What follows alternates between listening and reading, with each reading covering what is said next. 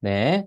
자, 오늘은 이제 마지막 주제로 블록체인 거버넌스에 대해서 말씀을 해주실 건데, 사실 블록체인 거버넌스, 플랫폼 쪽의 블록체인 거버넌스가 생각보다 굉장히 복잡합니다. 실제로 운영을 해보면. 왜냐하면 프로그램으로 다 되는 게 아니고, 사람들 간의 그 어떤 이슈, 그리고 노드들 간의 어떤 조정에 대한 이슈이기 때문에 굉장히 구조를 어떻게 만들고 어떻게 하는 것이, 잘 돌아가는 거버넌스냐. 저는 개인적으로 아직 이거 답을 찾은 그 플랫폼 없다라고 생각하고 있는데, 그러한 거버넌스에 대해서 클레이튼이 지금까지 나름 굉장히 오랫동안 연구하고 분석한 그런 결과들에 대해서 이 시간을 통해서 한번 공유를 해주시기로 하셨습니다.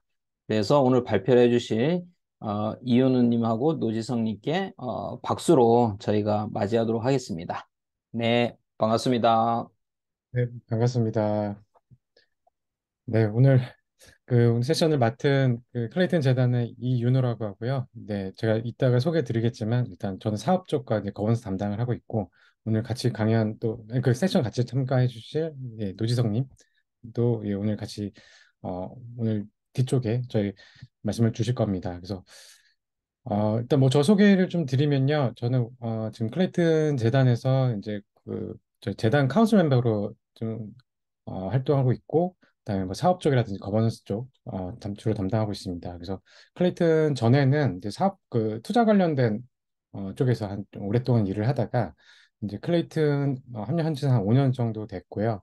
네, 그래서 뭐 비개발 관련된 뭐 대부분의 영역에서 한번 다 경험을 해보고 했고 특히 이제 작년에 저희가 이제 크러스트 제가 소속이 돼 있으면서 이제 그 파운데이션 빌딩이란 TF로 제가 좀 리드를 하고 했었습니다. 그때 이제 저희가 재단화를 준비를 하고 있었는데 네, 그때 어느 때보다도 거버넌스에 대해서 되게 많은 고민을 했었어서 사실 뭐 제 경력에도 나와 있지만 제가 뭐 어떤 거버넌스의 어떤 전문가 부분이라고 하기에는 과거 경력은 아니었고요. 이제 업무를 하면서 이제 많은 리서치와 또 고민과 이렇게 하다 보니까 오늘 아마 또 이 세션 진행하게 된 것 같습니다. 네, 오늘 같이 하실 조셉도 한번 소개 부탁드릴게요. 네. 예, 안녕하십니까. 예, 조셉, 본명 노지성입니다. 예, 저는 현재 리서치 엔지니어로 클레이튼 파운데이션에서 같이 일하고 있고요. 현재 소속은 T웨어이고, 이제 클레이튼 파운데이션과 공동 연구를 하고 있습니다. 현재 저의 주 영역은 퍼미션리스를 위한 블록체인 연구와 또한 컨센서스 향상을 위한 연구를 주로 하고 있고요. 저는 클레이튼에 이제 몸을 담기 전에 국가보안기술연구소에서 3년 정도 일을 했고 명지대학교에서 잠깐 이제 객원 교수로 이제 수업을 진행한 적이 있습니다. 그리고 지금은 티이어에서 부설 연구소장으로 재직하면서 지금 클레이튼 리서치를 같이 담당하고 있습니다. 네, 네, 소개 감사합니다. 네, 제가 앞부분에 조금 길게 할 거고요. 이제 그 조셉이 마지막 저희 부분도 아마 진행을 해주실 겁니다. 네, 오늘 이제 거머넌스 되게 상당히 좀 뭐 딱딱하기도 하고, 또 어떤 개념이라는 것 자체가 또 사람들마다 되게 다르기 때문에 또 이것에 대해서 한번 오늘 또 같이 맞춰보는 자리가 될 것 같은데, 저희가 거버넌스가 뭐고 또 저희가 왜 거버넌스를 또 이 블록체인에서 중요하게 여기는지 한번 또 말씀을 좀 드려보도록 하겠습니다. 이건 제가 위키피디아에서 그 거버넌스라는 단어로 이제 검색을 해본 내용인데요. 뭐 사실 이제 예전에는 이제 거버넌스라는 개념 자체가 이렇게 특히 10년 전만 해도 많이 나오진 않았고 특히 이제 뭐 대기업에서 어떤 구조적인 부분 이런 부분에서 이제 특히 많이 좀 얘기가 되다가 최근 들어서는 이제 이 거버넌스의 중요성이 좀 확실히 높아지면서 거버넌스라는 단어가 되게 많이 나오는 것 같아요. 하지만 여기 뭐 여러 정의에도 나와 있듯이 이 거버넌스에 대한 명확한 정의가 지금 학문적으로는 이루어지지 않은 상황이고요. 하지만 보셨을 때 약간 그 일관된 얘기는 하나의 주체가 뭐 주도하는 게 아니고 다양한 이해 당사자들이 합의를 이루거나 협의를 이루는 과정을 통해서 어떤 사회적 방향을 정하는 어떤 통치 시스템이라고 또 얘기가 돼 있고요. 사실 이런 거버넌스에 대해서 어, 상당히 이제 특히 블록체인 거버넌스에 대해서도 이제 저희가 이제 많은 정의를 좀 하고 있는데 특히 이제 블록체인 거버넌스가 왜 중요하냐면 아마 블록체인 어떤 프로젝트를 하실 때 어떤 식으로도 아마 토큰을 경험을 하실 수밖에 없을 거예요. 그래서 토큰을 경험하실 수밖에 없고, 토큰을 어떻게 보면 뭐 발행을 할 수도 있고, 아니면 토큰을 뭐 소유하실 수도 있는데, 어떻게 보면 이제 발행 주체로서의 어떻게 보면 이제 방향을 만들어가는 것과, 또 갖고 있으면 어떤 토큰 또 주주이기도 한 거거든요. 어떤 주식 개념으로 증권 개념으로 봤을 때는.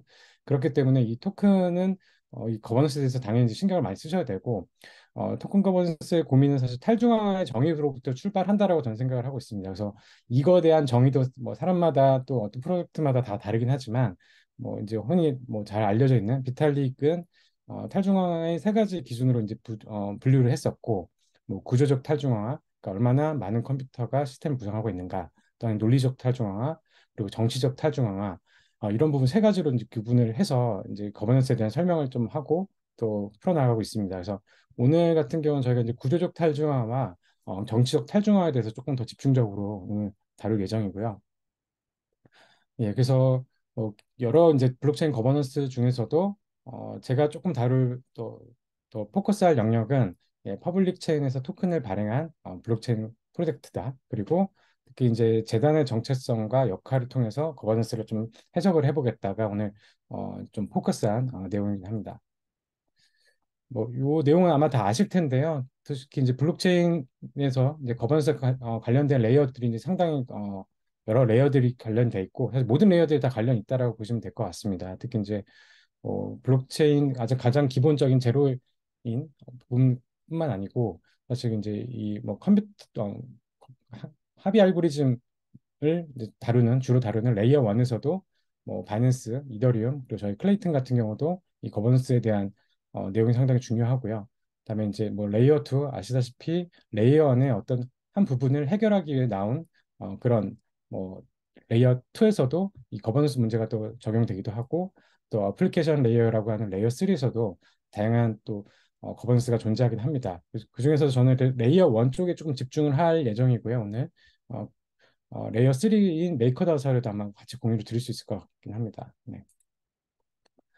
네, 이 부분은 제가 연도별 시가총액 탑 10을 이제 코인마켓 기준으로부터 좀 가져와 봤는데요. 뭐 이 코인마켓캡 좀 들어가 보시면 2013년, 14년부터 그 히스토리컬 데이터가 나오긴 해요. 근데 제가 2017년 이후부터 데이터를 좀 가져와 봤고, 그 매년 1월 달을 봤는데 제가 말씀드리고 싶었던 거는 이렇게 뭐 탑 10의 어떤 전체적인 흐름을 보면 어떤 레이어 쪽에서 시장을 좀 주도한다 이런 거를 좀 보실 수가 있어요. 그래서 특히 이제 2023년 5월 7일 뭐 제가 지난주 기준으로 좀 봤는데 5월 7일 기준으로 보더라도 탑 10에서 요 빨간색 점선으로 된 5개가 전부 다 레이어 1이었거든요. 그래서 이 레이어 1 같은 경우가 상당히 어떻게 보면 이 전체 토큰 코인 마켓캡에서 코인 시장에서 중요한 역할을 좀 하고 있고, 그래서 제가 또 레이어 1을 조금 더 집중해서 말씀드린다라고 할 수 있을 것 같습니다.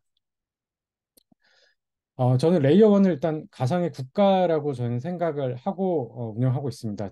뭐 저희도 클레이튼도 아까 말씀드렸다시피 레이어 1이고요. 그래서 이런 그 가상의 국가의 어떤 거버넌스 개념을 통해서 어, 저희가 계속 발전시키고 있는 상황인데, 사실 그 레이어 1 같은 경우가 발전 단계에 따라서 이 거버넌스 성격이 되게 달라지는 것 같아요. 사실 저 여기 보면 이제 레이어 1.0, 레이어 1.0 네이처 단계에서는 그 어떤 그 그린필드에 딱 나무 한 그릇 있죠. 그래서 저희가 클레이튼 같은 경우도 2019년 6월에 이제 메인넷 최초 나왔는데, 그때 처음에 나왔을 때는 그라운덱스가 대부분 이제 클레이튼을 다 주도하면서 만들어 왔었고, 그 이후에 저가 파트너사들을 좀 모아서 같이 이제 클레이튼을 발전시켜 왔습니다. 그리고 저희는 뭐 지금 클레이튼만 따져봤을 때는 지금 2.0과 3.0 중간 정도인 상황이라고 좀 보이는데요. 당연히 이제 어떤 그 국가가 발전을 할수록 구성원들이 더 많아지고 이해관계자도 많아지면서 그 국가를 발전시키는 주력의 주체들이 달라진다라고 당연히 어, 보이고 있고, 이거는 사실 그 블록체인 거버넌스나 블록체인 레이어 1에서도 마찬가지인 거거든요. 그래서 어떻게 보면 이 거버넌스라는 것은 답은 없고, 각 발전의 어떤 과정 또 시기에 따라 적합한 구조는 달라질 수 있다라고 저는 생각을 하고 있습니다. 네, 그래서 현실 국가와 그다음에 저기 레이어 1 두 가지를 이제 좀 비교하면서 제가 설명을 드리려고 하는데, 뭐 현실 세계에서도 보면 뭐 정치 체계, 뭐 조세 정책, 뭐 인프라, 경제 규모 여러 가지 다양한 요소가 있는데 이거를 레이어 1으로 적용해 봤을 때도 똑같은 이 어떻게 보면 대응할 수 있는 것들이 있는 것 같아요. 뭐 정치 체계만 봐서도 이제 이게 저희가 합의 알고리즘이라고 할 수 있는 거고 조세 정책 같은 레이어원 같은 경우는 이제 많은 레이어원들이 아직까지도 이제 가스비가 이제 주요 이제 어떤 조세 부분인데요. 이 정책도 다 상이합니다. 뭐 어떤 것은 가격이 되게 가스비가 높은 것도 있고 낮은 것도 있고 그건 아마 합의 알고리즘에 따라 좀 달라질 수 있는 거고요. 그리고 이제 뭐 국가 민간 인프라 이것도 어떤 그 레이어원 같은 경우는 직접 다 만드는 경우가 있고 어떤 것들은 이제 같은 파트너들이 다 만든 것들이 있는데 사실 이런 인프라가 브릿지, 오라클 이런 인프라들이 없으면 그 이런 레이어 3나 레이어 4 단계의 어플리케이션들이 못 올라오기 때문에 이런 부분이 상당히 중요하다라고 할 수 있고요. 네, 그리고 뭐 나머지 뭐 경제 규모 같은 경우도 뭐 GDP라고 할 수 있지만 뭐 디파이나 블록체인에서는 뭐 TVL 같은 개념을 할 수 있고 여러 가지 개념을 할 수도 있고 특히 이제 저는 재밌게 봤던 게 이제 크로스 보더 부분인 것 같거든요. 그래서 현실 국가에서는 이제 어느 한 국가에서 살다가 이제 다른 국가로 가게 됐을 때는 뭐 이민을 가야 될 수도 있고 아니면 어떤 뭐 또 기업 입장에서는 뭐 한국에서 기업 활동하다가 고객을 찾아서 아니 그 유저를 찾아서 해외 쪽에서 어떤 신규 법인을 또 만들어서 하는 경우도 있는데 이런 게 어떻게 보면 또 레이어원에서는 레이어원 입장에서는 어떤 그 DF사들이 멀티체인화를 한다든지 아니면 체인 마이그레이션을 한다든지 이런 방식으로 어, 확대가 되는 것 같습니다. 그래서 어쨌든 현실 국가와 가상 국가인 것들이 상당히 많이 닮아 있다라고 저는 생각을 하고 있고요. 네, 이런 레이어 원에서 되게 이제 의사결정을 해야 될 어젠다들이 상당히 여러 가지가 있는데 크게는 뭐 한 세 가지 카테고리 정도가 있을 것 같습니다. 첫 번째는 어떤 의사결정 구조를 어, 만드는 아까 말씀드렸던 단순히 노드 합의 알고리즘 이외에도 이제 사람들이 같이 결정해야 되는 부분들도 여전히 있는데 이런 것들이 이제 주요 의사결정 멤버를 누구로 할 것이냐, 그다음에 각종 커미티를 누구로 구성해서 할 것이냐, 그다음에 투표 방식, 보팅 파워 방식 이런 것들이 다 같이 의사결정해야 되는 어젠다 중에 하나고요.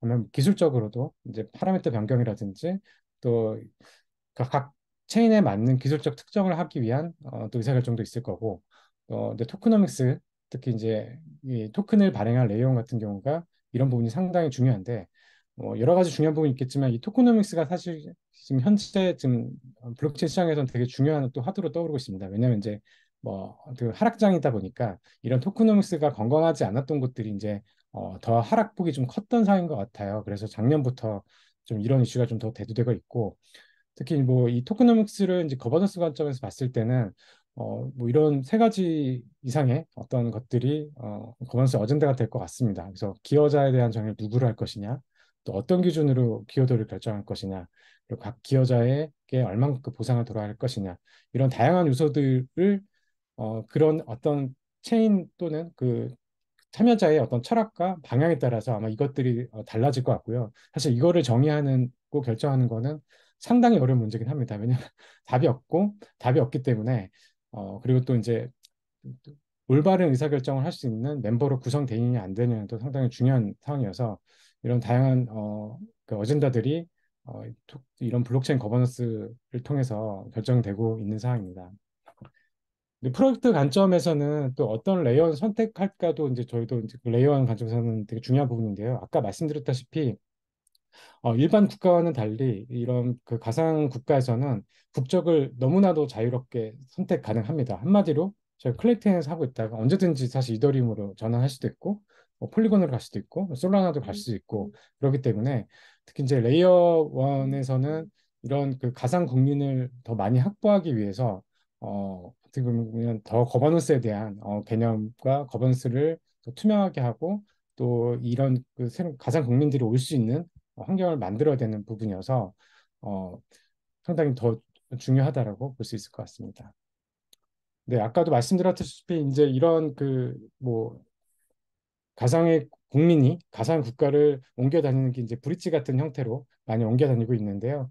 사실 예전보다 이제 훨씬 더 이런 그 브릿지들이 멀티 체인 브릿지들이 더 고도화되면서 그래서 이제 이제는 너무나도 이제 원활하게 움직이고 있습니다. 그래서 특히 이제 아무래도 서비스하는 입장에서는 고객과 유저가 있는 곳을 가는 것이 당연한 부분이어서 최초 어느 특정 체인에서 했다고 하지만 이래서 저희가 뭐 공략하는 대상이 또 동남아시아 또는 뭐 미국에 있다라고 했을 때 그 지역에 더 적합한 어떤 인프라를 갖추고 있는 레이어원이 있을 거거든요.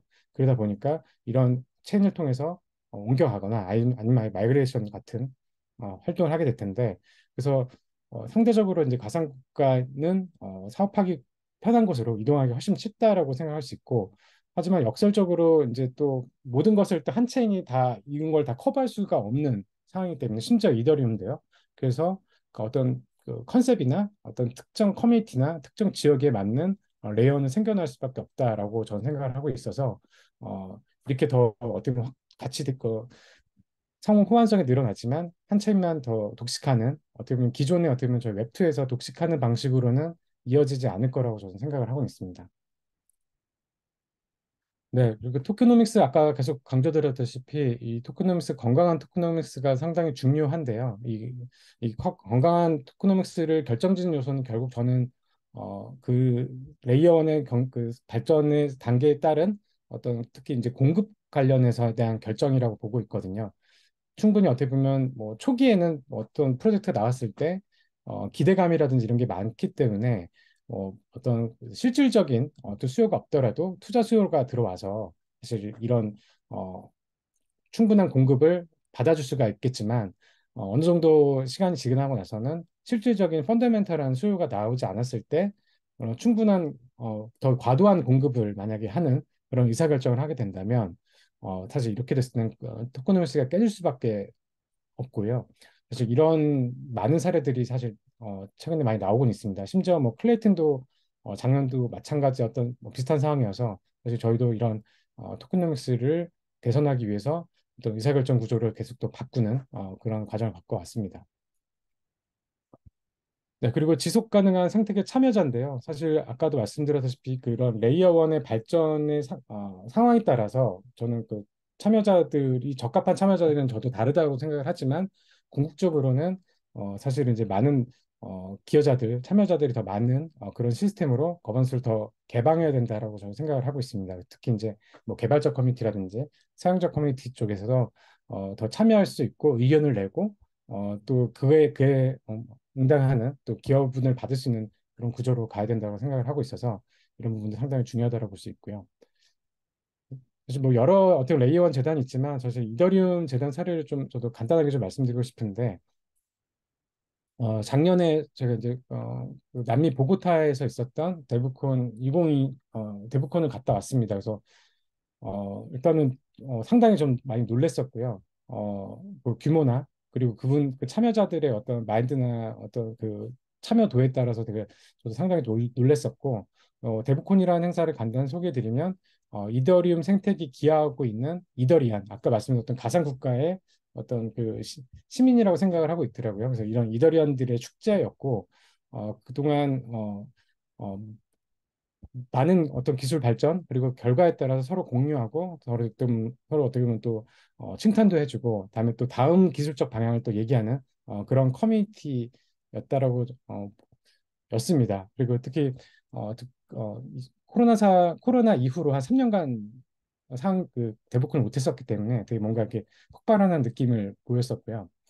사실 이제 뭐 아시다시피 이더리움은 레이어 1 중에서도 이제 독보적인 생태계를 가지고 있어서 많은 어떻게 보면 이제 그 아까 단계별로 했었던 마지막 단계에 있는 현재 3.0 단계에 있는 어떤 생태계라고 말씀드릴 수 있을 것 같아요. 그래서 훨씬 더 이제 많은 개발자와 사용자들이 참여할 수 있는 어떤 공간들을 많이 만들어 놓은 상태고 제가 되게 인상적이었던 부분은 특히 이제 거버넌스 관점에서 바라보다 보니까 이분이 이제 그 이더리움 재단의 아야 미야구치라는 그 재단 이사장님인데요.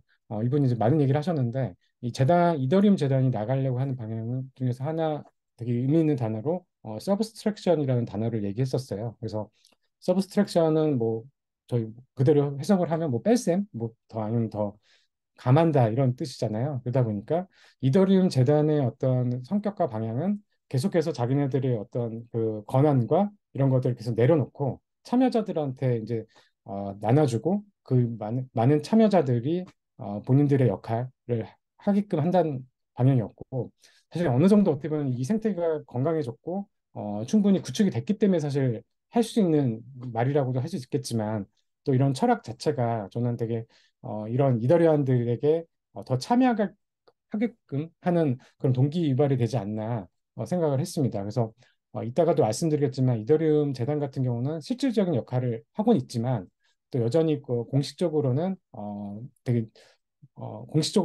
스텔스 모드로 그 지원을 하고 있고 재단이 앞장서서 하는 것을 상당히 최소화하고 있는 그런 어, 모습을 많이 보였습니다. 그래서 어떻게 보면 그 레이원 중에서도 충분히 발전돼 있는 곳이다 보니까 이런 철학과 방향으로 거먼스를 방향으로 하면서 더 많은 참여자들을 끌어내고 있다는 그 저는 또 되게 감명을 좀 받았던 것 같습니다.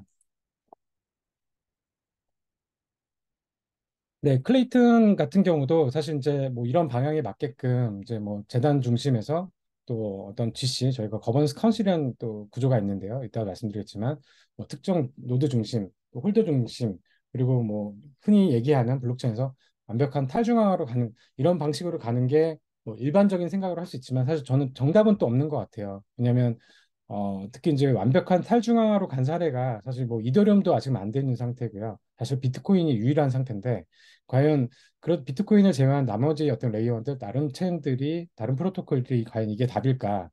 라는 생각이 들고 왜냐하면 이제 뭐 특히 흔히 말하는 아무도 책임지지 않는 상황에서 이제 공유지 비극이 나올 수도 있는 거고 또 이제 이게 현실적으로 과연 가능할까? 특히 이제 제가 다음 사례로 말씀드린 메이커다오 사례 같은 경우만 보더라도 재단은 해체했지만 재단 역할하는 곳들이 이렇게 여전히 많이 있더라고요. 그래서 이게 과연 현실적인 탈중앙 방향일까, 탈중앙 현실적인 이야기일까라는 게 고민이 있긴 합니다. 뭐 그럼에도 불구하고 저희는 이제 그래서 이런 방향으로 계속 고민을 하고 있고 그 적합한 저희 스테이지에 맞는 거버넌스 구조를 갖춰가기 위해서 계속 고민하고 있습니다. 네, 아까도 말씀드렸다시피 이제 그 탈중앙의 구분은 세 가지 중에서 오늘은 이제 정치적인 탈중앙화, 그러니까 한마디로 개인 또는 특정 조직이 이 시스템을 얼마나 통제하고 있는가, 이제 사람에 대한 그냥 조직에 대한 얘기고요. 이제 구조적인 탈중앙화, 얼마나 많은 노드들이 이런 합의 알고리즘을 이루는 시스템을 구성하고 있는가 이런 부분을 통해서 제가 오늘 계속 남은 시간 말씀드릴 텐데 이런 것들이 어떻게 보면 재단의 구조와 형태에 따른 형태와 현황을 보면 각 체인마다 어떤 방향으로 가고 있는지를 잘 보여줄 수 있었던 것 같습니다. 네, 그걸 공유 드리도록 하겠습니다. 첫 번째는 이제 네, 정치적 탈중앙 관점에서의 케이스인데요. 네, 클레이튼 재단부터 말씀드리면 아까 2019년도에 저희가 메인에 처음 나오고 즉 그라운덱스 주도의 거버넌스였다가 작년 22년 초부터는 이제 그라운덱스의 모기업인 크러스트와 거버넌스 카운슬 중심이었다가 저희 2023년 올해 3월에 이제 재단이 완전 그 크러스트 이제 카카오 계열사에서 완전 정치적으로든 모든 회계적으로든 완전 더 분리를 했습니다. 그래서 현재는 재단과 거버넌스 카운슬 이 두 주체가 리드라는 이제 거버넌스 구조를 갖고 있고요. 빠르면 올해 말 아니면 내년 정도에는 커뮤니티 멤버들도 일정 어떤 뭐 자격을 확보하고 있는 커뮤니티 멤버들도 거버넌스 참여하는 방식을 가려고 하고요. 아까 말씀드렸듯이 완전 분권을 갈 것이냐 말 것이냐는 아마 이런 거버넌스 발전을 하면서 저희가 결정하게 될 것 같습니다. 네, 거버넌스 카운슬은 저희가 현재로는 한 30개사 정도의 다양한 이제 그 블록체인 기업들이 들어와 있고요.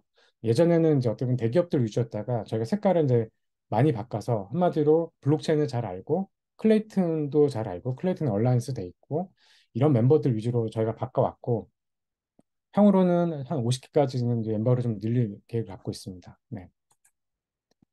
그래서 현재는 아까 말씀드린 대로 재단과 거버넌스 카운슬이 이제 두 주체가 리드를 하는 상황이고 어떻게 보면 GC에서 의사결정된 부분에 대해서 재단에다가 재임을 해서 재단이 익스큐션을 하는 그런 형태를 갖고 있고요. 크레이튼 홀더는 현재는 GC에게 위임한 구조라고 저희는 이제 대의제 형식으로 정의를 하고 있는데 향후에는 이제 3개 주체가 서로 상호 견제를 하는 구조로 아마 저희가 변화시킬 계획입니다. 네, 뭐 그래서 전체 클레이튼 재단의 정체성은 이제 GC 사무국 역할이 가장 주된 정체성이고 그 이외에도 뭐 트레저리 관리, 뭐 재단의 관리 그리고 뭐 코어 개발, 인프라 개발 다 이렇게 이런 기능을 하고 있는데 현재는 이제 이 빨간색으로 표시되어 있는 사무국 업무만 아마 이제 향후에는 남게 되지 않을까 싶고요. 이런 메인넷 관련된 뭐 코어 개발이라든지 사업 관련된 부분들은 별도의 어떤 주체들로 아마 그 위임을 하는 방식으로 저희가 점차 변화하지 않을까 싶습니다. 뭐 저희가 이렇게 그림을 그렸던 거는 이후에 소개해드릴 다양한 레이어원들의 사례를 바탕으로도 저희가 그런 그림을 그려봤던 거고요. 또 향후에 저희가 이 거버넌스 측에서 특히 올해 저희가 주로 고민하고 있는 또 거버넌스 어젠다 중에 세 가지는 일단 클레이튼 시민권이라는 개념인데요. 아까 말씀드렸던 커뮤니티 멤버들이 참여를 하면서 상호 견제와 균형을 이룰 수 있는 구조, 그러니까 어떻게 보면 미국의 상원 하원 같은 개념을 생각하시면 될 것 같습니다. 이런 방향을 고민하고 있고 또 이제 GC 내에서도 모든 의사결정을 모든 멤버들이 다 같이 하는 게 전문성 측면이나 효율성 측면에서 좋지 않다라고 저는 생각을 하고 있기 때문에 이런 것을 또 분과를 나눠보려는 생각을 갖고 있고요. 또 하나는 퍼미션리스인데요. 거버넌스 카운슬 멤버 같은 경우는 한 50개 사 정도를 하되 밸리데이터 현재는 이제 그 거버넌스 카운슬 멤버가 거버넌스 기능도 갖고 있고 밸리데이터 노드 운영 관리도 갖고 있는데 이걸 좀 분리하는 작업을 해서 밸리데이터는 저희가 퍼미션리스로 더 늘리고 거버넌스 같은 경우는 퍼미션 쪽으로 가는 방향으로 하려고 하고 있습니다. 그래서 이 세 가지에 대한 방향을 계속 공부를 저희도 사례 조사를 하고 있고요. 또 저희에 맞는 구조를 가져가려고 하고 있습니다. 그래서 저희 지금 뭐 또 파트너 사이인 또 에이포리언이라는 곳이 있는데 에이포리언에서 이든이라는 분께서 이든 대표님이신데요. 이제 케이스 스터디를 세 가지 관점을 해주고 계시고 저희랑 프로젝트를 좀 또 진행을 하고 있습니다. 네, 그래서 뭐 양원제 아까 말씀드렸던 개념을 간단히 보면 제가 뭐 요 내용들이 이제 되게 많아요. 그래서 다 모든 사례를 말씀드릴 수는 없고 되게 대표적인 사례만 오늘 공유 드리고 나머지는 아마 이제 문서를 아마 전달해 드릴 것 같은데 아까 말씀드린 대로 상원 하원제 개념이고요. 왜냐면 여기서 이 제도를 도입하려고 하는 이유는 사실 생태계 발전에 기여하는 이해 당사자들이 사실 토큰의 보유하고 있는 토큰에 비례하지 않는 게 일반적인 경우긴 한 것 같아요. 아, 경우가 되게 많은 것 같아요. 일반적이라고 표현은 좀 그렇고 당연히 토큰량이 많으면 더 관심이 많고 다음에 나의 이익과도 관련이 되기 때문에 더 참여를 하겠지만 그렇지 않은 상황도 되게 많이 발생이 되다 보니까 이런 것을 좀 구분을 하자였던 거고 그러다 보니까 또 이런 저희가 오티미즘이라든지 라이도 사례 같은 경우 지금 연구를 하면서 어떤 사례로 했을 때가 더 좋을지를 지금 저희도 연구를 하고 있습니다. 근데 아무래도 이제 이런 또 장점도 있겠지만 사실 또 양원제를 했을 때는 또 절차가 하나 또 추가되는 거기 때문에 또 의사결정에 또 많은 지원과 또 시간 소비가 또 비효율적인 상황이 발생될 수도 있고요. 하지만 또 이럴 때는 뭐 어떤 패스트트랙 같은 제도를 통해서 또 극복해 볼 수 있지 않을까 생각을 하고 있습니다.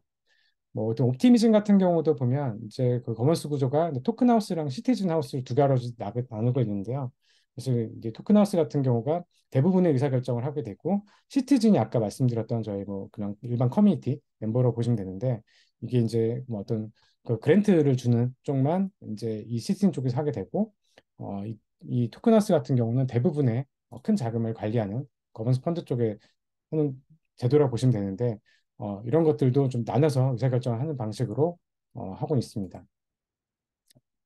네, 그리고 이제 분과위원회 부분인데요. 사실 분과위원회 부분은 아까 말씀드렸다시피 어, 저희 이런 거버넌스 어젠다가 크게 세 가지로 아까 말씀드렸지만 더 구분을 하면 엄청나게 되게 많은 어, 내용들이 있어요. 그러다 보니까 일단 첫 번째로는 다 볼 수가 없고요. 의사결정한 사람들이.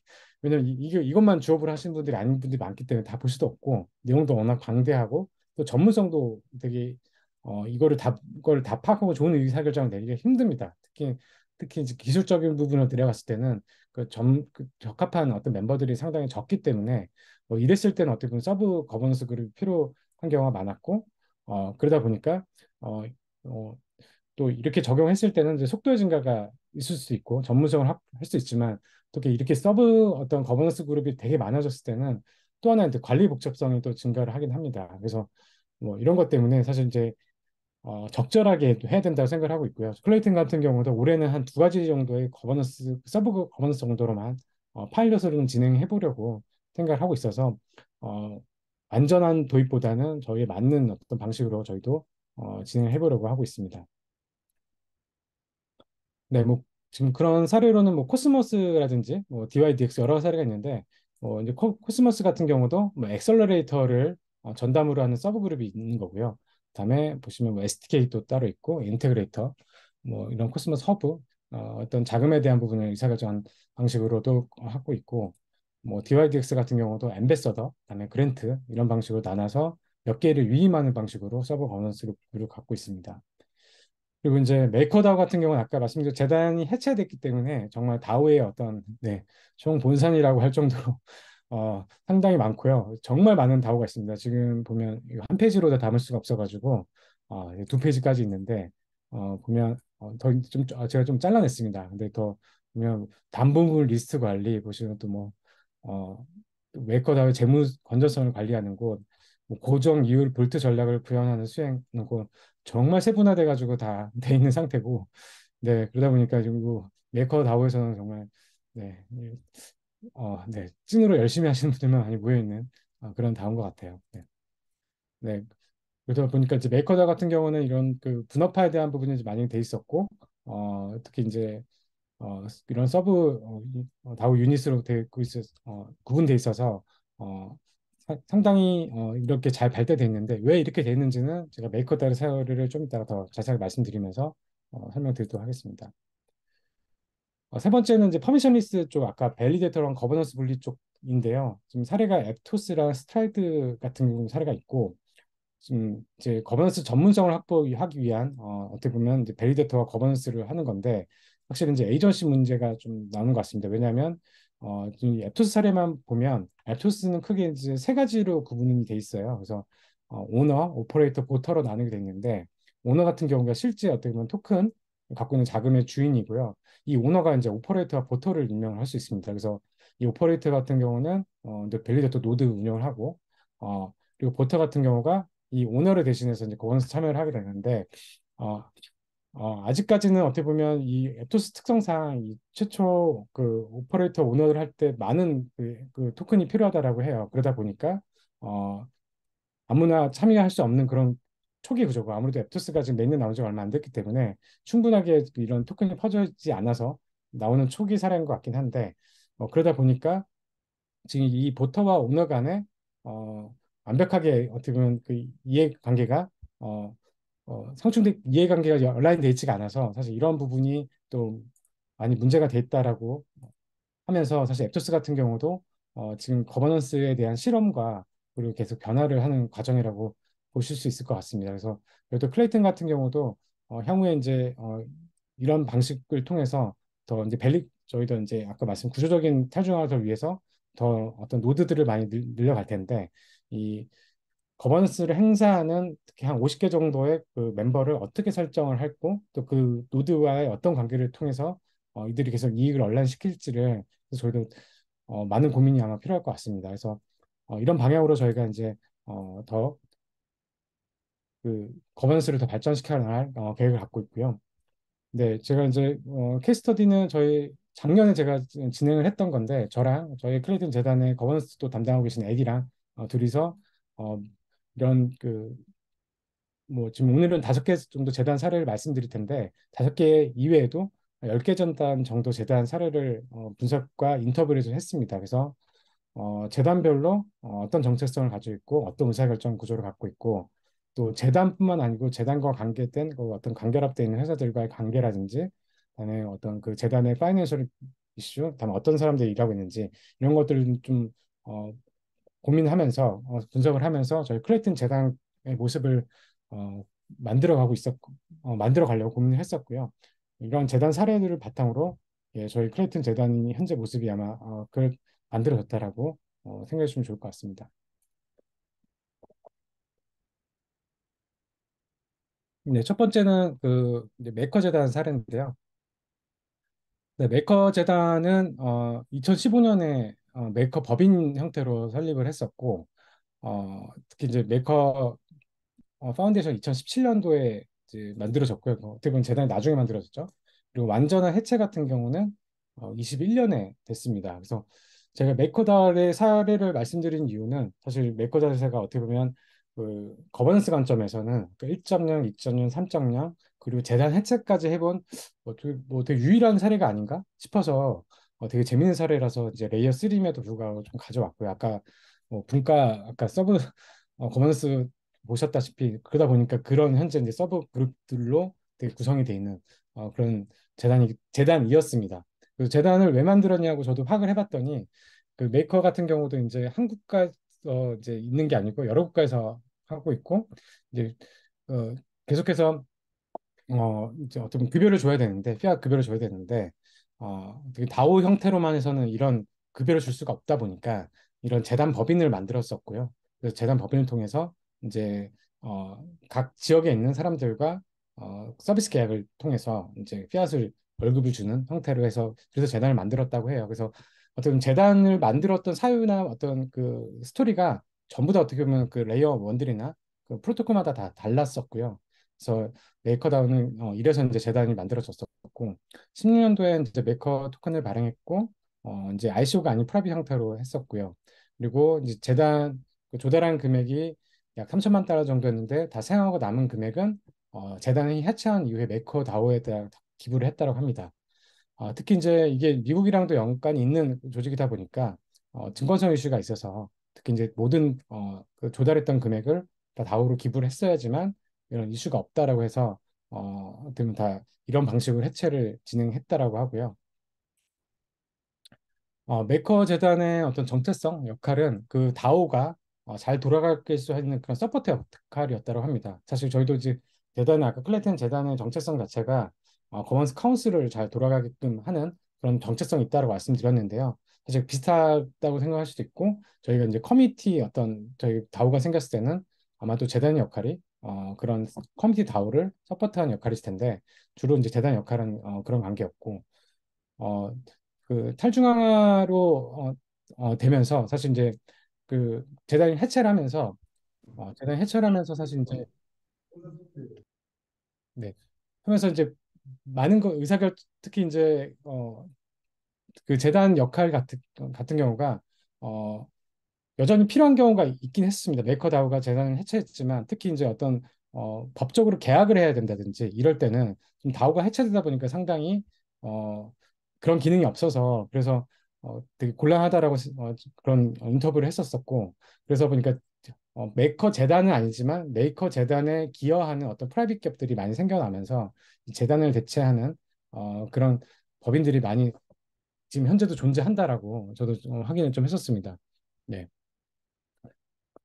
네, 그리고 네, 그래서 지금 메이커다오 같은 경우는 이제 현재는 이제 그런 그 메이커 토큰이랑 거버넌스 토큰을 바탕으로 이제 홀더 위주로 지금 돌아가고 있는 상태인데요.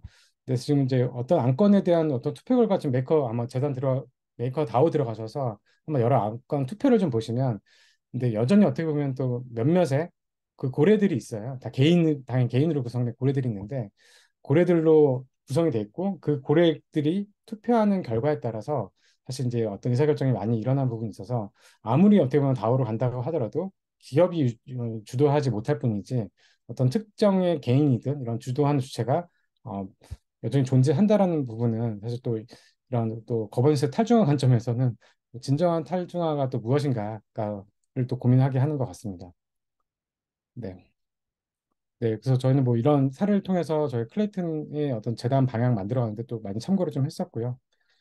네, 이더리움 같은 경우는 아까도 말씀드렸다시피 이제 현재는 어느 정도 단계가 올라왔기 때문에 이제 스스로 이제 작년 기준으로는 저희가 스스로를 공익 목적의 조직을 하고 정의를 한다라고 합니다.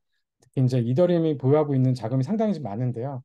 그 자금을 이더리움 가치에 맞는 방식으로 취출하고 소멸하는 게 여기도 재단 해체가 이제 목표라고 하는 것 같아요. 근데 이제 정말 이게 가능한 건지는 저도 사실은 좀 의문이 좀 있고요. 특히 이제 재단 같은 경우는 일반 법인이기 때문에 4개 법인을 운영하고 있고 이것도 이제 특히 고용 이슈가 있기 때문에 이런 계약이라든지 고용 이슈가 있기 때문에 이런 법인이 필요하긴 합니다. 근데 이제 의사결정 같은 경우는 이제 특히 두 가지 비공식적 조직이 있는데 핵심 의사결정 같은 경우는 비탈릭과 다음에 아까 이제 보셨던 재단 의사결정 아야 미야구치, 뭐 조시 스타크 이런 6분들이 하신다고 하고요. 특히 이거 이외에 40명이 모이는 그 이더리움 가드너 그룹이라고 있다고 해요. 이지지. 이쪽에서 이제 많은 의사결정이 돼서 한 두 개의 어떻게 보면 큰 커미티가 있는 상태고, 특히 이런 그 아까 말씀드린 이더리움 재단이 보유하고 있는 예산을 가지고 10개 팀 정도가 나눠서 이거를 어, 어떻게 보면 스텔스 모드로 지원을 하면서 사용을 하고 있지만, 여전히 어떻게 보면 그 핵심 의사결정자인 6명 중에 한 명이 조시 스타크의 협의를 통해서 결정된다고 하면서 한다고 저희도 이제 인터뷰를 통해서 확인을 했었습니다. 그러다 보니 여전히 어떻게 보면 중앙화된 요소는 없지 않아 있다. 네, 근데 그게 뭐 나쁘다고 생각하지 않습니다. 네. 2022년 기준에 지금 재단은 지금 그 이더리움 재단 1조 6천억 정도 자금을 보유하고 있는데요. 이거는 이제 이더리움 재단이 연 단위로 지금 발간을 하고 있어요. 그래서 아예 보유하고 있는 규모를 이제 투명하게 하고 있고, 근데 많은 자산이 이제 이더리움도 보유를 하고 있기 때문에 이더리움의 가치에 따라서 예, 좀 이 자금은 이제 왔다 갔다 하고, 작년 기준 좀 어떤 시장 좋을 때 기준이었기 때문에 아마 많이 줄어들었을 것 같아요. 그렇고 연 단위로 한 500억 정도 사용하고 있다고 합니다. 그래서 현재 재단은 이제 전혀 수익 사업을 하고 있지는 않고, 이 500억 통해서 아까 말씀드린 대로 그런 여러 가지 활동을 하고 있는데, 아마 장이 안 좋기 때문에 좀 지출 연금을 좀 줄이지 않았을까 싶고요. 되게 인상적이었던 부분은 보면 그 특히 이제 이더리움 재단에서 예전에 일하셨던 분들이 다 하셨던 분들이 다 스피노프를 해가지고 다 엄청 큰 프로젝트의 리더가 되셨어요. 오티미즘이나 ENS 같은 경우도 있고, 뭐 컨센서스, 유니샵 같은 경우도 재단 관계자분들이 다 하시다가 나와서 만든 거라서, 저희도 사실 아까 이제 클레이튼 재단도 계속해서 어떻게 보면 다 스피노프를 하는가, 아니면 그분들 스피노프가 아니더라도 그 기여자분들이 나오셔서 클레이튼 기반으로 많은 어떤 좋은 사업을 하시는 방향이, 저희도 이더리움 사례를 봤을 때는 그게 맞다라고 저도 생각을 하고 있고요. 네. 그래서 그런 조직들이 많아서 어쩌면 생태가 건강하게 구성돼 있다. 그리고 지금 이더리움 재단 직원들이 한 150분 정도가 되는데 다 흩어져 있고, 아까 말씀드렸던 데브콘이라는 행사를 통해서 다 리모트를 이루기 때문에, 데브콘이라는 행사를 통해서 전 직원들이 모여서 어떻게 보면 회포를 풀고, 또 명절이라고 하더라고요. 그들의 명절이라고 하는 데브콘이. 네, 그래서 그런 행사로 활용을 하고 있어서 네, 되게 부러웠다. 네, 저의 생각이었습니다. 네. 네, 그러다 보니까 이제 그 여기서도 이더리움에서도 보면 이제 저희가 테이크어웨이 같은 경우는 사실 이제 어느 정도 발전했으니까 사실 되게 생태계가 갖춰졌으니까 하는 얘기일 수도 있겠지만, 이런 철학 또 이제 공통의 가치관이 정립되는 게 너무나 중요한 것 같아요. 그 레이언 같은 경우는 아까도 레이언이 가상 국가고 가상 시민이기 때문에, 내가 이런 국가에 나의 어떤 시간과 노력과 나의 많은 것을 바치려면 그 어떤 그 레이언 가상 국가의 가치관이 되게 방향성이 되게 중요하다라고 생각이 됐고, 이것들이 사실 부합하지 않는다면 언제든지 떠날 수 있는, 어떻게 보면 쏙쏙 빼먹고 차리피커처럼 쏙쏙 빼먹고 떠날 수밖에 없다 생각을 하고 있고요. 그리고 이제 이런 분들이 많아지려면 사실 재단에, 심지어 재단에 일하시는 분들도 경험한 겸직하는 컨트리뷰터로서 장기적으로 일해야 되기 때문에, 겸직하는 게 너무 이제 당연한 사례로 어, 저희가 그 어떤 인사 정책도 바꿔야 된다라고 저는 생각을 했습니다. 그래서 뭐 크레이튼 재단도 마찬가지로 그런 방향을 좀 가고 있고요. 이런 컨트리뷰터들이 많기 때문에 지금 리더링 재단이 그래서 성공하고 있다고 볼 수 있을 것 같습니다.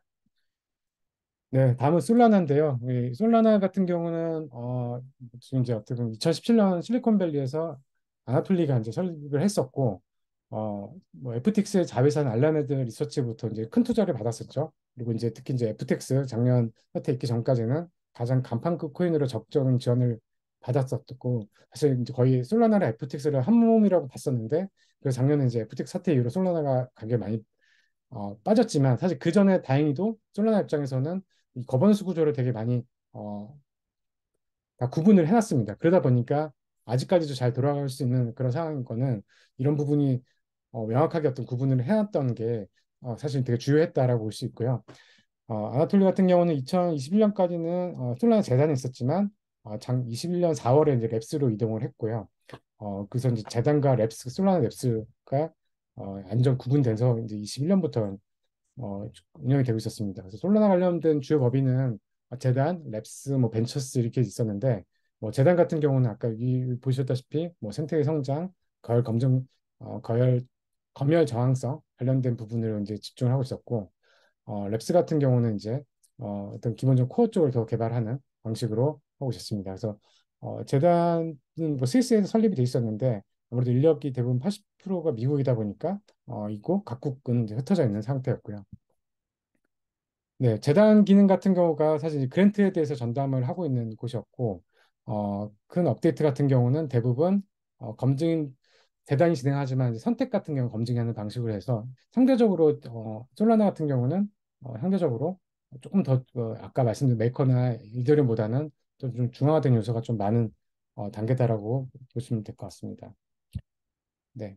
그래서 지금 뭐 솔라나 같은 경우 재단의 철학이나 방향 같은 경우가 개발자 생태계에 포커싱 돼 있어서 뭐 이런 해커톤이라든지 해커하우스들이 되게 많고 최대한 이제 해커톤도 작게라도 많이 하자는 방식이었는데 그 초기에 이제 참여했던 한 50명 초기 해커톤에 참여했던 한 50명의 개발자들이 어떻게 보면 솔라나 오지가 돼서 이분들이 이제 이런 다양한 해커톤의 주축이 되고 있는 곳이라고 하더라고요. 그래서 근데 어떻게 보면 이제 재단의 생태계에 지는 것만 키우는 것만 집중을 하고 있고 이런 그런 멤버들이 다 재단의 기여자들이 돼서 이 재단을 확대시키는 역할을 하는 그런 거버넌스 구조를 만들었다고 보시면 될 것 같습니다. 네, 테조스인데요. 어떻게 보면 단계적으로 어떻게 보면 제가 소개시켜드리는 순서대로 조금 더 집중화가 돼 있다고 보시면 될 것 같아요. 그래서 테조스는 아까 말씀드렸던 솔라나보다는 더 집중이 돼 있는 곳이고요. 2014년에 아서 브리트만이 이제 그 이 포지션 페이퍼와 백서를 공개하면 시작을 했는데 DLS사라는 개발사를 설립해서 테조스를 했었고 이제 ICO 목적으로 재단을 만들었습니다. 그래서 이쪽이 사실 이제 빈티지 관점에서는 엄청나게 좋아요. 사실 이게 준비를 2014년부터 잘 해가지고 가장 어떻게 보면 가장 호황기였던 2017년에 ICO의 호황기였던 2017년 7월에 ICO를 하다 보니까 예, 2억 3천2백만 달러를 펀드레이징 했다고 합니다. 지금으로서는 도저히 상상할 수 없는 금액인데 아마 지금 거의 탑5 안에 드는 그냥 탑2인가 3 정도로 제가 알고 있고요. 이 정도로 많이 했고 토큰에 보면은 그 배분이 80% 정도는 ICO 참가자들한테 배분이 됐고 10%는 재단, 10%는 이제 DLS 이제 이 어떤 메인넷을 맞는 쪽에 분배가 됐고요. 그래서 이런 토크노믹스 구조만 보더라도 사실 의사결정 구조가 또 되게 달라진다고 볼 수 있을 것 같아요. 그래서 이미 80%는 다 어떻게 보면 이런 토큰들 그 홀더들한테 다 배분이 된 거고 10%는 재단, 10%는 DS이기 때문에 그리고 지금 이 조달한 이 2억 3천만 달러에 대한 펀드레이징 금액이 재단에 가 있는 거거든요. 재단에 가 있다 보니까 이 재단의 의사결정 구조를 꽉 잡고 있는 게 이 테조스 입장에서는 너무 다 중요하게 된 거고 그러다 보니까 주거가 될 수밖에 없습니다. 왜냐하면 뭐돈 많이 갖고 있고 하는데 이거를 다른 어떻게 보면 돈이 많이 어떻게 보면 없는 재단 같은 경우는 사실 어떻게 보면 상대적으로 좀 더 나눠줘도 사실은 뭐 그런 부담이 크지 않을 수 있는데 이런 엄청난 돈을 많이 갖고 있다 보니까 더 중앙화된 주체로 방식으로 가고 있고 지금 테조스 조직 같은 경우는 이제 뭐 재단 이외에도 여러 가지 보면 뭐 노메딕 랩스 그다음에 뭐 블록하우스 뭐 마케팅을 전담하는 블록하우스 그리고 각 지역별로 사업을 하고 있는 뭐 테조스 에이펙이라든지 여러 조직들이 있는데 기본적으로는 이제 약간 비공식적으로 약간 자회사 관계라고 합니다. 그래서 위에서 재단에서 이제 완전 컨트롤을 하고 있는 상태고요. 이제 그 이쪽은 아무래도 큰 작용을 했고 또 방식도 이제 완전 그 스위스 법에 따라서 철저하게 하다 보니까 구조적으로는 되게 이제 완전 잘 갖춰져 있는 법적으로는 되게 갖춰져 있는 재단의 형태고요. 요 테조스 같은 경우는 파운데이션 카운슬이 최고 의사결정 기구를 하고 있고요. 그리고 이제 하지만 이 파운더 아서 같은 경우가 대부분 의사결정을 하고 있고 그 산하에 뭐 어디 커미티라든지 이기젝트 커미티 다양한 커미티들이 있는데 이 커미티의 실질적 영향은 미미하다라고 합니다. 그래서 사실 이제 이 파운데이션 카운슬이 완전 꽉 잡고 있는 그런 조직이라고 생각하시면 되고요. 그거는 아까 말씀드렸듯이 결국 이제 돈에서 나오는 것 같아요. 그런 보유하고 있는 돈이라든지 그래서 토큰의 분배 구조 나왔고 그리고 이제 이미 어떻게 보면 토큰 같은 경우 80%가 다 이제 시장에 뿌려졌기 때문에 토큰 홀더들 입장에서도 남은 토큰들이 별로 없는 거잖아요. 그러다 보니까 이거에 대해서 별로 관심이 없을 수밖에 없는 것 같아요. 그리고 이제 여기 보면 또 그랜트 같은 경우도 이제 그 대부분은 이 그랜트 커미티, 에그제큐티브 커미티에서 진행을 하고 있는데 소액으로만 하고 있고 대부분 토큰으로 그랜트를 주는 게 아니고 현금으로 준다라고 해요. 왜냐면 갖고 있는 게 현금 토큰보다 현금이 더 많으니까. 예, 그리고 또 되게 인상적이었던 거는 뭐 제가 개인적으로 축구를 되게 좋아하는데 그 아시다시피 맨체스터 유나이티드에서 예, 여기 테주스가 스폰서 하더라고요. 그래서 와 이게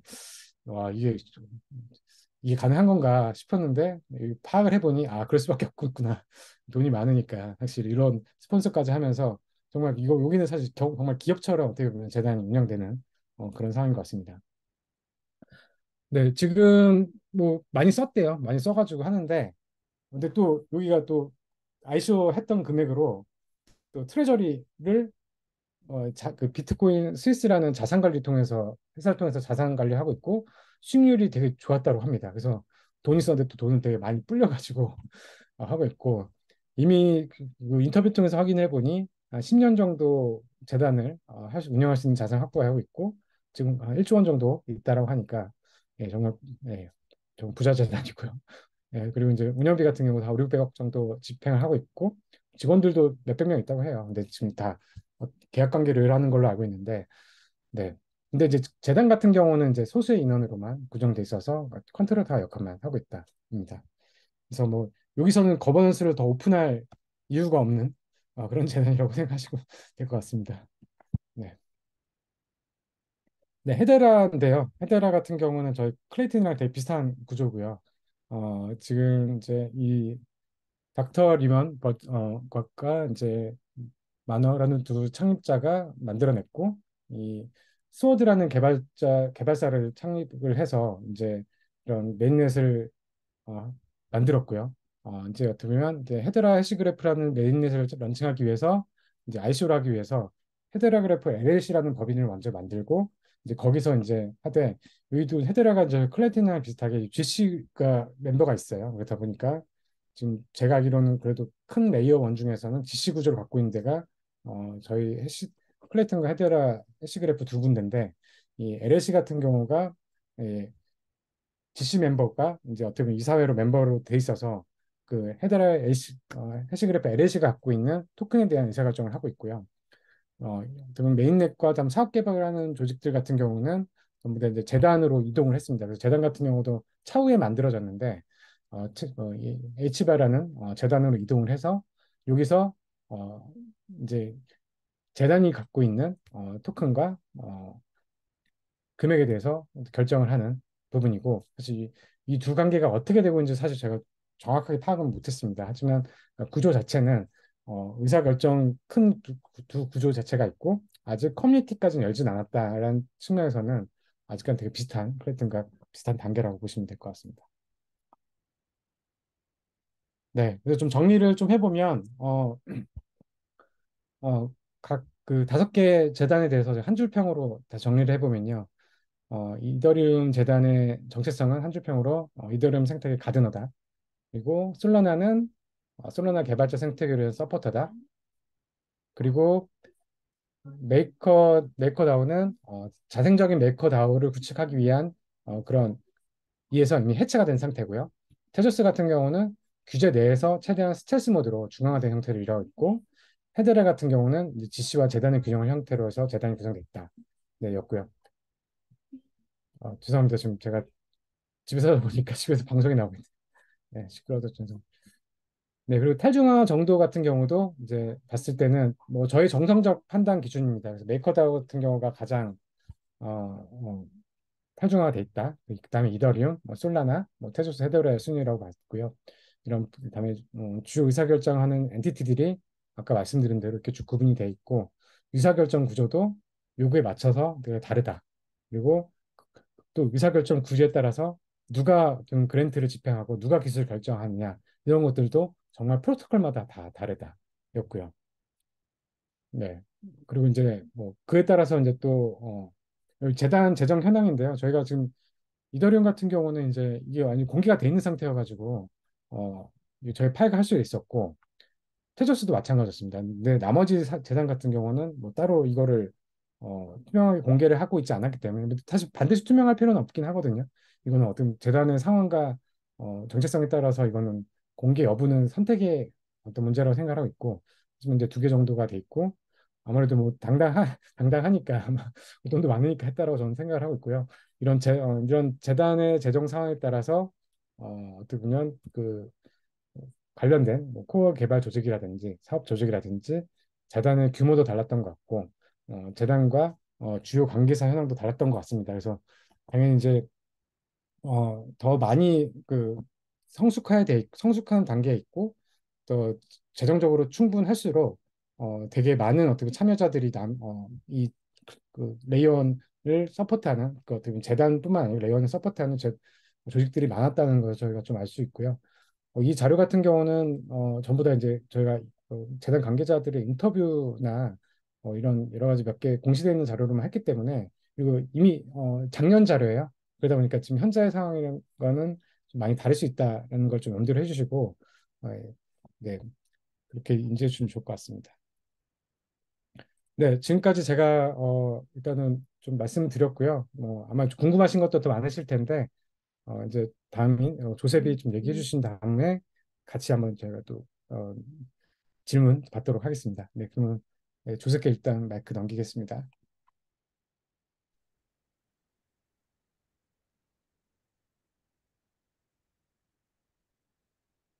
네, 화면 잘 보이시나요? 네, 잘 보입니다. 네, 네, 그럼 시작하겠습니다. 예, 안녕하십니까. 조셉입니다.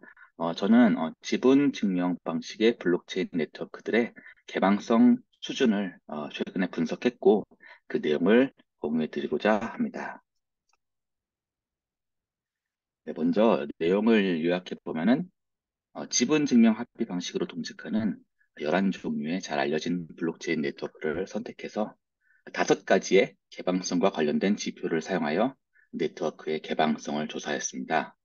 이 지표에는 밸리데이터 수와 자본의 집중도를 확인하는 이제 탈중앙성과 관련된 지표도 있고요. 또한 네트워크의 밸리데이터로 참여하기 위한 초기 자본과 운영 비용 등 접근성 관련된 지표, 그리고 경제적인 네트워크 안정성을 측정하기 위한 공격자가 네트워크를 장악하기 위해 필요한 지분량 등을 측정해 봤습니다. 그리고 이런 측정 결과를 토대로 지분 증명 합의 방식으로 동작하는 네트워크들의 개방성 수준을 정성적으로 분석해 봤습니다.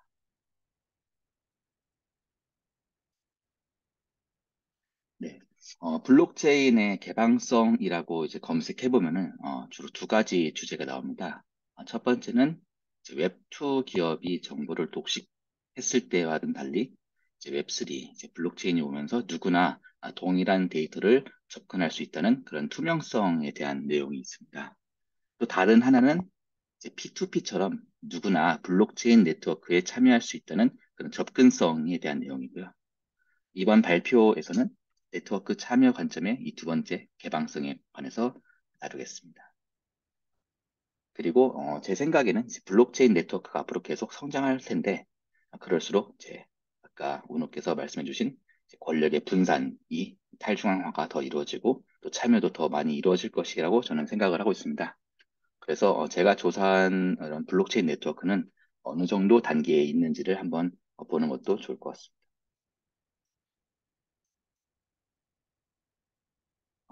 이제 개방성과 이제 탈중앙성에 대해서 좀 궁금하신 분들도 계실 겁니다. 그렇게 큰 차이가 없는 것처럼 느껴질 수가 있거든요. 저는 이제 개방성과 탈중앙성을 이렇게 구분을 하려고 합니다. 개방성은 네트워크 참여를 위한 접근성에 좀 더 관심을 가지고 있습니다. 그리고 탈중앙성은 어떻게 보면 이미 참여하고 있는 구성원들이 얼마나 권력을 분산하고 있는지에 좀 더 관심을 가지는 것 같습니다. 물론 개방성도 권력 분산 등의 탈중앙성 요소를 측정하기는 하지만 네트워크 참여 가능성을 조금 더 관심을 가지고 있다고 저는 이제 생각을 하고 있고요. 따라서 개방성과 탈중앙성은 서로를 보완하는 개념으로 이해할 수 있을 것 같습니다.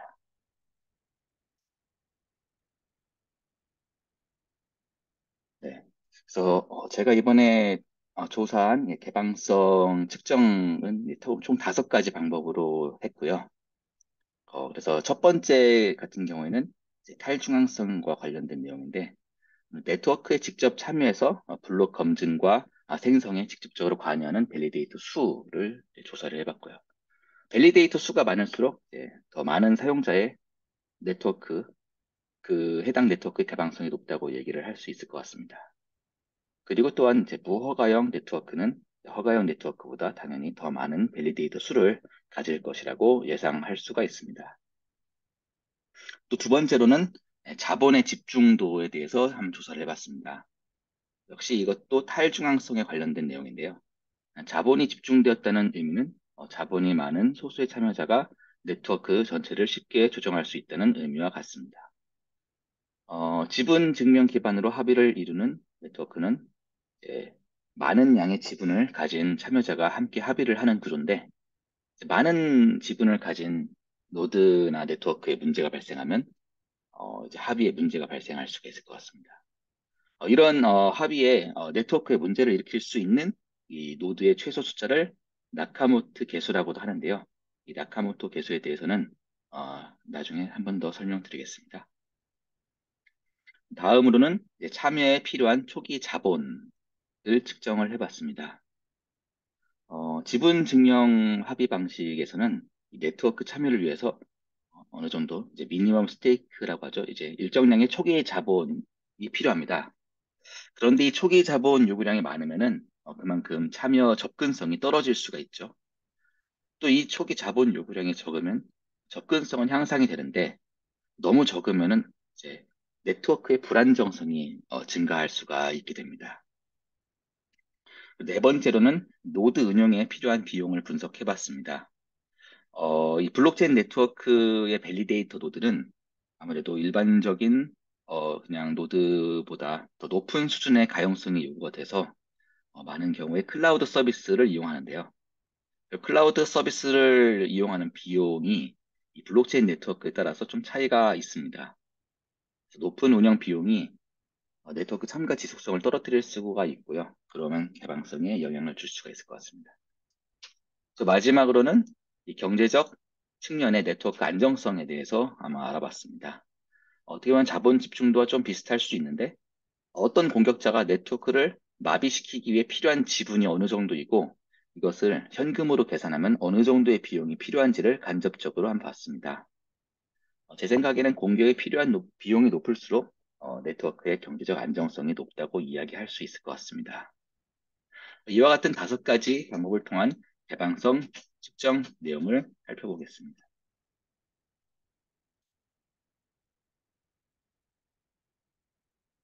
네, 밸리데이터 참여자 수 측면부터 한번 보겠습니다. 이 그림을 보시면은 이제 BNB 네트워크 같은 경우는 이제 29개, 그리고 이더리움 같은 경우는 이제 9,700개 정도의 밸리데이터가 있습니다. 물론 이더리움은 사실 더 많은데 이 내용에 대해서는 좀 더 이따가 다시 설명드리겠습니다. 일반적으로는 한 100개에서 200개 정도의 밸리데이터 수를 가지고 있는 것으로 이제 확인이 되었습니다. 어, 이 지금 그래프를 보시면은 이제 회색과 이제 진한 회색이 있는데 회색은 개방형 그리고 진한 회색은 허가형 네트워크입니다. 그중에 BNB 네트워크는 개방형인데도 불구하고 밸리데이터 수가 29개로 상당히 적습니다. 허가형 블록체인인 클레이튼이나 폴리곤보다도 적은 숫자입니다. 따라서 이 새로운 밸리데이터 참여가 이제 BNB 네트워크에서는 매우 제한되어 있다고 말씀드릴 수 있겠습니다. 이더리움 같은 경우에 제가 이 조사를 했을 때가 3월 달이고 현재 밸리데이터 수는 한 60만 이상입니다. 그런데 저는 이제 밸리데이터 수보다 좀 더 중요한 거를 생각을 해봤습니다. 클라이언트 수가 있습니다. 밸리데이터와 클라이언트가 이제 있다고 치면은 클라이언트는 실제로 운영하고 있는 노드 숫자를 의미하거든요. 제가 조사한 바에 따르면은 현재 이더리움의 클라이언트 수는 약 1만 개 정도입니다. 그렇다면은 하나의 밸리데이터가 그러니까 여러 밸리데이터가 하나의 노드, 하나의 클라이언트에서 작동을 하고 있을 것이라고 생각을 해볼 수가 있고요. 만약 이게 맞다면은 하나의 클라이언트의 작동에 문제가 발생할 경우에 여러 밸리데이터가 동시에 문제를 일으킬 수가 있거든요. 그래서 이제 밸리데이터 수보다 오히려 이제 클라이언트 수가 좀 더 중요하다고 생각해서 이제 이 숫자를 어, 작성을 하였습니다. 물론 클라이언트 수로 보더라도 이 이더리움의 9,700개는 다른 네트워크에 비해서 훨씬 많은 숫자입니다. 밸리데이터 수 측면에서는 이더리움의 개방성이 상당히 높다고 말씀드릴 수 있겠습니다. 네. 다음으로는 자본 집중도 측면을 알아보겠습니다. 말씀드린 것처럼 소수의 밸리데이터가 많은 지분을 소유하고 있으면 해당 밸리데이터에 문제가 발생할 경우에 네트워크의 성능 그리고 안정성에 영향을 미칠 수가 있습니다. 아까 말씀드렸다시피 이 네트워크의 정수를 야기하는 가장 적은 밸리데이터 수를 나카모토 계수라고 합니다. 이 나카모토 계수가 높을수록 해당 네트워크의 자본 집중도가 낮고 이제 개방성이 높다고 말씀을 드릴 수 있겠습니다. 보시면은 이제 아발란체, 솔라나, 그리고 셀러가 좀 이제 높은 수준의 한 30 정도의 숫자를 보이고 있습니다. 그러니까 이 30개의 밸리데이터가 동시에 문제를 일으켜야 이 네트워크에 문제가 생길 수 있다는 거죠. 나머지 네트워크는 10개 미만이었습니다. 그래서 제 생각에는 이 네트워크, 현재 블록체인 네트워크의 이런 개방성, 나카모토 개수가 높다고 얘기를 하기는 좀 어려울 것 같습니다. 앞으로 개선될 여지가 좀 많다고 보입니다.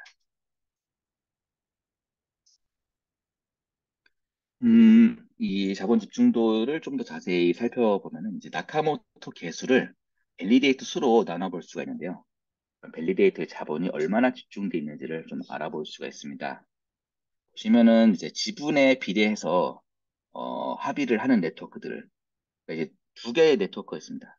하나는 지분에 비례해서 합의를 이루고 다른 네트워크 일부는 밸리데이터 수에 비례해서 합의를 이루는데요. 지분에 비례해서 합의를 이루는 이런 네트워크들은 어, 이 나카모토 개수를 밸리데이터 나눔값이 5% 미만으로 매우 낮습니다. 이는 전체 밸리데이터 수 중에 5% 미만의 밸리데이터가 상당히 큰 지분을 가지고 있다고 이제 생각을 해볼 수가 있고요. 그중에 앱토스는 한 10% 정도의 값을 보여서 조금 더 이 분산화된 모습을 보이고 있습니다. 이 밸리데이터 수에 비례한 이 네트워크들은 모든 밸리데이터가 지분의 양과 상관없이 동등한 수준의 권력을 가지고 합의에 참여하기 때문에 아무래도 상대적으로 높은 값을 나타냅니다. 여기서 이더리움의 그 자본 집중도, 이 밸리데이터, 나카모토 개수가 상당히 낮습니다. 이 부분을 조금 더 다음 장에서 확인을 해보겠습니다. 위에 있는 이 그림은 어, 전체 이 이더리움 스테이킹의 어, 비율을 나타낸 건데요. 보시면 리도 아까 이렇게 잠깐 말씀하신 리도가 전체의 약 30% 정도의 스테이킹 양을 보유하고 있습니다.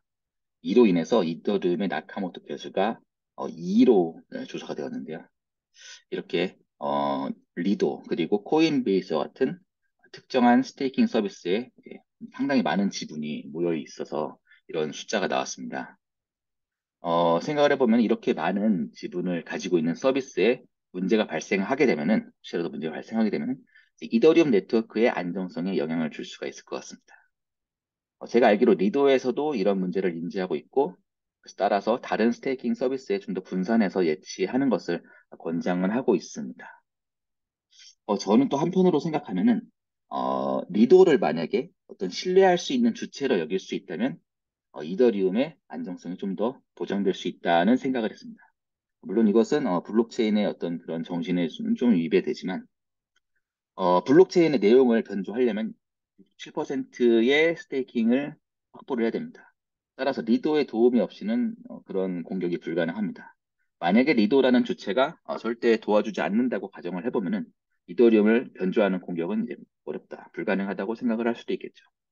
저는 이것을 블록체인이 앞으로 성숙해가는 과정에서 개방성과 안정성에 타협을 한다고 생각을 좀 해보고 있습니다. 물론 이것은 어, 저의 생각이고 실제로는 또 다를 수가 있겠습니다. 다음으로는 네트워크 참여에 필요한 참여 초기 자본에 대해서 한번 말씀드리겠습니다. 어, 아까 말씀드렸다시피 초기에 필요한 자본이 적을수록 참여할 수 있는 가능성이 늘어나겠죠. 근데 이제 만약에 최소 자본을 너무 적게 설정하거나 좀 설정하지 않으면 네트워크에 문제가 생길 수가 있는데요. 예를 들어서 네트워크 공격을 시도를 어떤 처벌할 수 있는 방법으로는 투입한 자본에 대한 삭감, 슬래싱 같은 벌칙을 줄 수가 있는데요. 만약에 이런 초기 자본이 너무 적다면은 자본 삭감을 하는 의미가 아주 크지 않을 수도 있습니다. 따라서 적절한 양의 이 초기 자본량이 상당히 중요하다고 할 수가 있겠는데요. 이 초기 자본에 대해서 이제 두 가지 종류의 초기 자본이 있다고 보시면 되겠는데요. 첫째는 네트워크 프로토콜에서 최소 스테이킹 요구 사항을 지정을 합니다. 이는 그 네트워크에서 생각할 때 네트워크의 안정성을 유지하기 위해서 밸리데이터로 참여하려면 최소한 이 정도의 자본을 투입하라고 이제, 이제 제시를 하는 건데요. 이것보다 더 중요한 것은 밸리데이터 순위에 들기 위한 자본량이 되겠습니다. 비록 최소 스테이킹 요구 조건을 맞추었다고 하더라도 대부분의 네트워크에서는 맥시멈, 그러니까 최대 밸리데이터 수가 정해져 있고요. 상당수의 네트워크에서는 이미 밸리데이터가 가득 차 있습니다.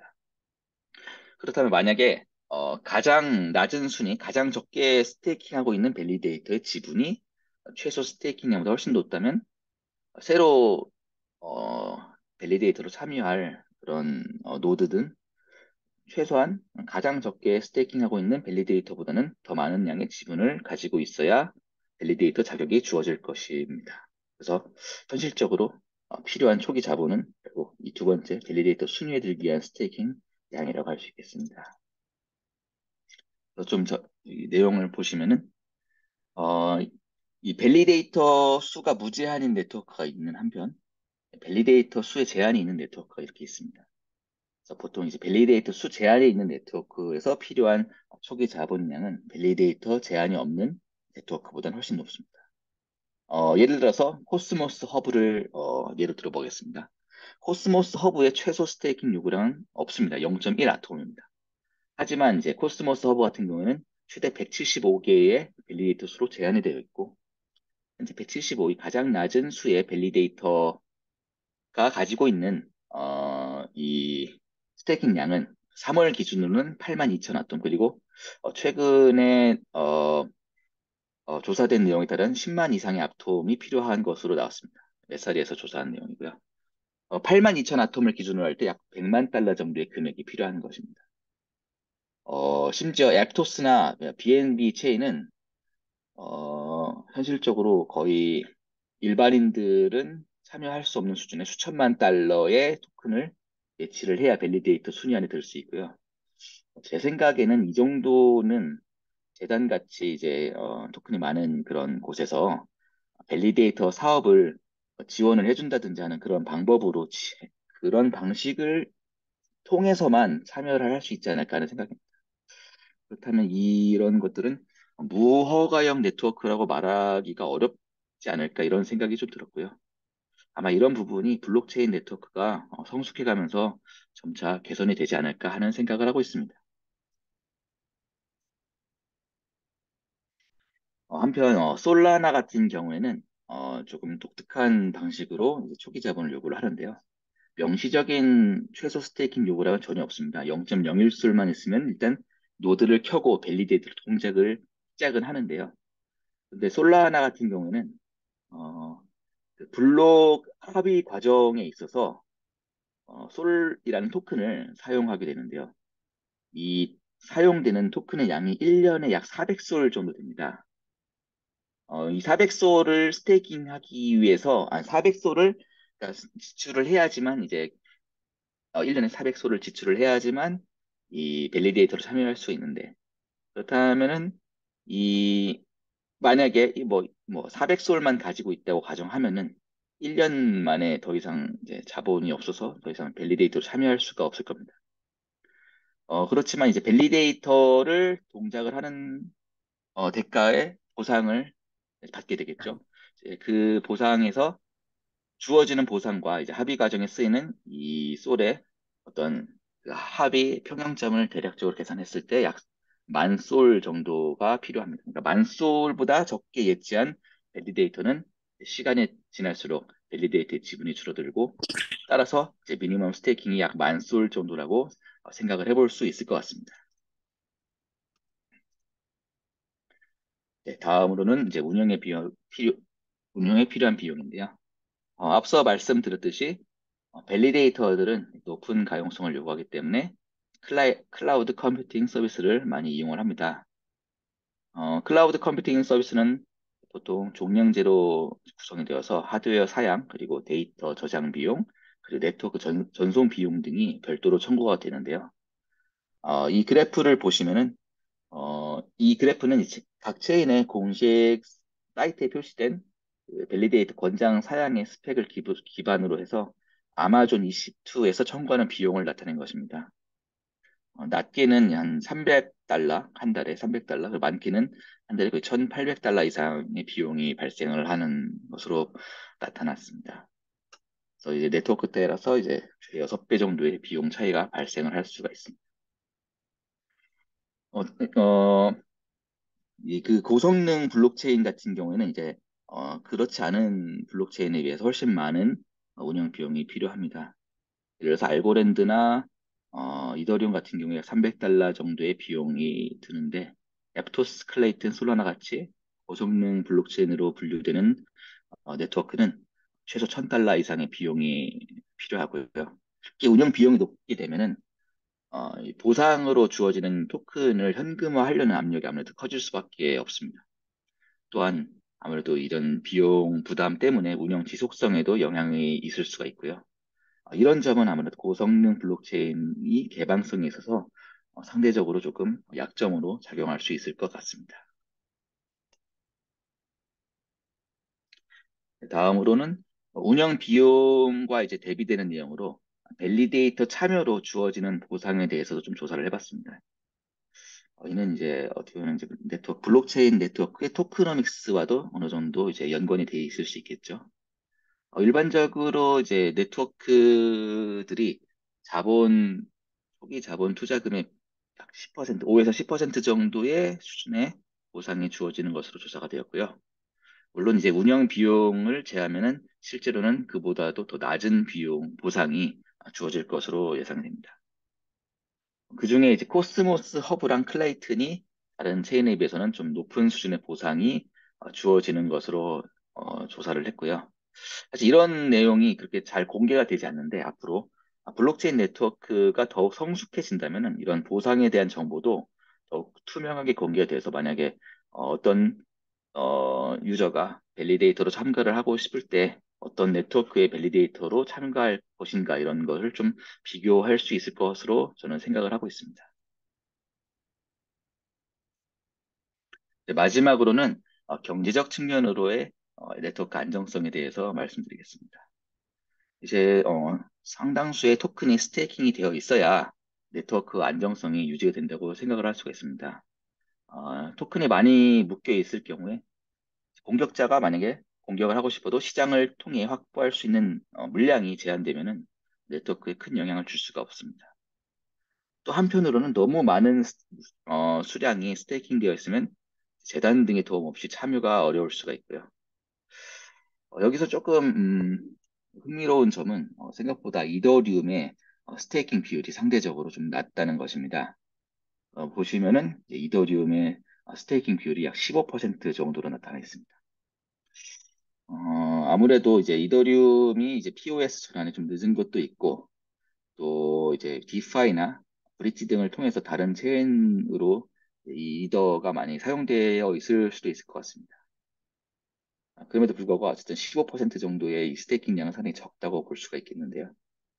그렇지만 밸리데이터 수가 지금 계속 늘어나고 있고 그에 따라서 스테이킹 비율도 점차 늘어나고 있습니다. 다른 POS 체인처럼 한 50% 정도의 스테이킹 양을 이더리움이 가지려면은 한 200만 개의 밸리데이터가 필요할 것으로 예상이 되는데요. 지금이 60만 정도니까 앞으로 꽤 오랜 시간이 필요할 것으로 예상이 되고 있습니다.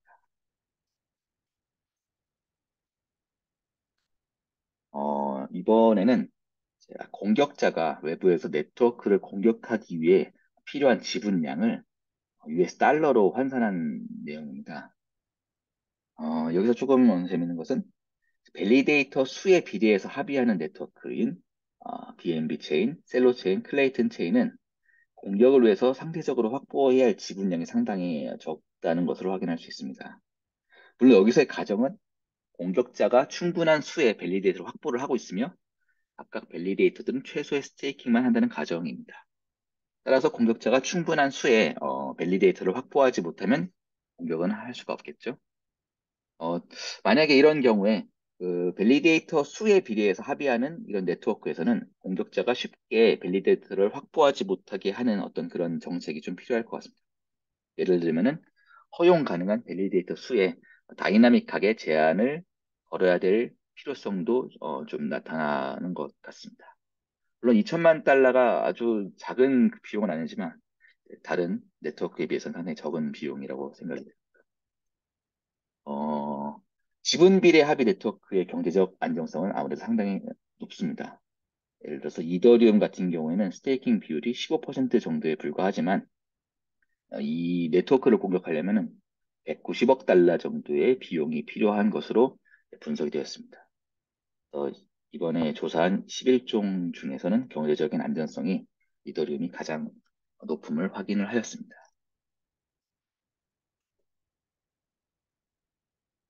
네, 그래서 이렇게 지금까지 5가지 개방성 측면에 대해서 설명을 드렸고요. 이런 측면을 토대로 해서 현재까지 조사한 네트워크들의 개방성 수준을 정성적으로 이제 비교를 해봤습니다.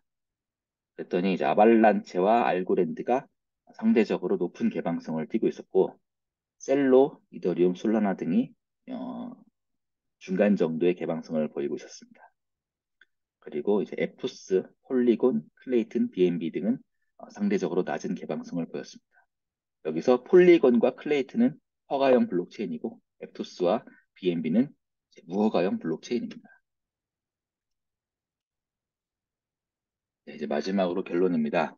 11종의 지분 증명 방식 네트워크의 개방성을 조사했고요.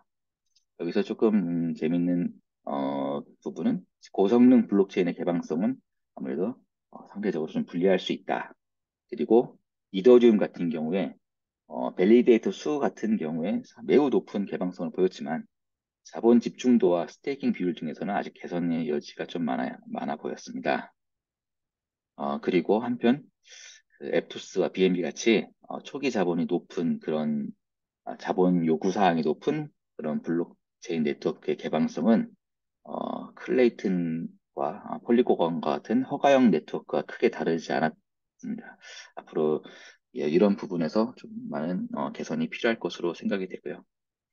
이런 점을 토대로 허가형 블록체인이 무허가형으로 전환을 준비할 때 기존 블록체인 네트워크들의 개방성 수준을 참고해서 정책을 세울 수 있을 것으로 생각이 됩니다. 또한 블록체인 네트워크의 개방성은 앞으로 더 높아질 여지가 있고 앞으로 블록체인 네트워크가 더욱 성숙하면 이 개방성이 좋아질 것으로 기대가 됩니다. 이상으로 개방성 조사 내용에 대한 발표를 마치겠습니다. 감사합니다.